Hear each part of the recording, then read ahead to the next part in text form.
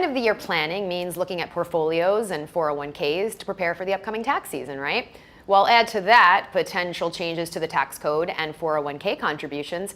And what do we need to know? What does it all mean? Well, here to shed some light is Charles Thorngren. He's the CEO of Noble Gold Investments.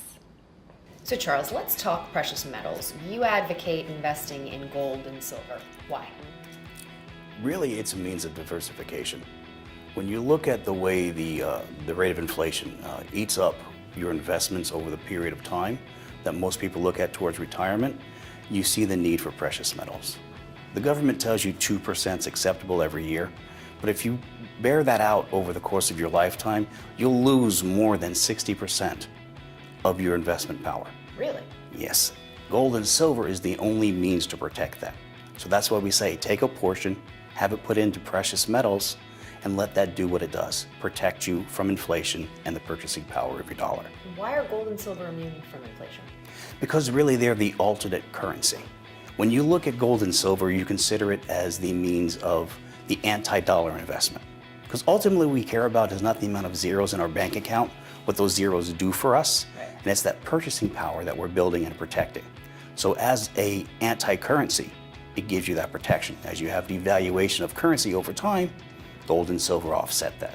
Baby boomers, millennials, who should be and who should not be investing? Anyone who's concerned about their purchasing power. Some people think gold and silver, it's an older person's investment, but it's really not.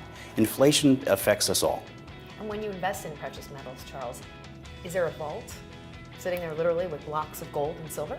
Absolutely there is. Like in the movies? Like in the movies, just not as pretty. Okay.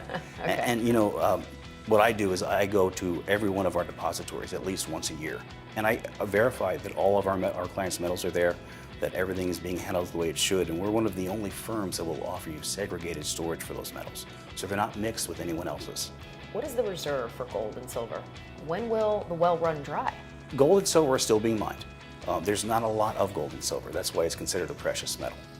But what we have is scenarios where more and more central banks are releasing stores of precious metals that they've had for years. So when you look at the percentage of people who have metals, it's only between 3 to 5% of the people in the United States. Wow. So as much demand as there is for it, there's still supply. Did you have any recommendation in terms of what percentage of your retirement plan should be devoted to precious metals? There are some pretty good guidelines, you know, anywhere between 20 to 35%. No kidding, about a third. Yes. When you're looking at the offset of inflation, that is the biggest issue most people have. So to know that the inflationary rate will cut at least 60% by the time you retire, and you have an offset with precious metals, that's where you get that ratio. And in terms of gold versus silver, do you recommend a 50-50 blend? It depends on the risk temperament of the person. Okay. Silver is a lot more volatile, which is fantastic when it's going up. So we always want to take that risk consideration in there. So is that something that you consider for your clients? Are you constantly moving gold and silver allocations? We will rebalance a portfolio. Okay. You know, and that's one of the things that we really, you know, are mindful of. Knowing where someone is in their investment cycle to say, okay, maybe we need to rebalance now. Charles Thorngren, thanks for all your tax advice, invaluable. My pleasure.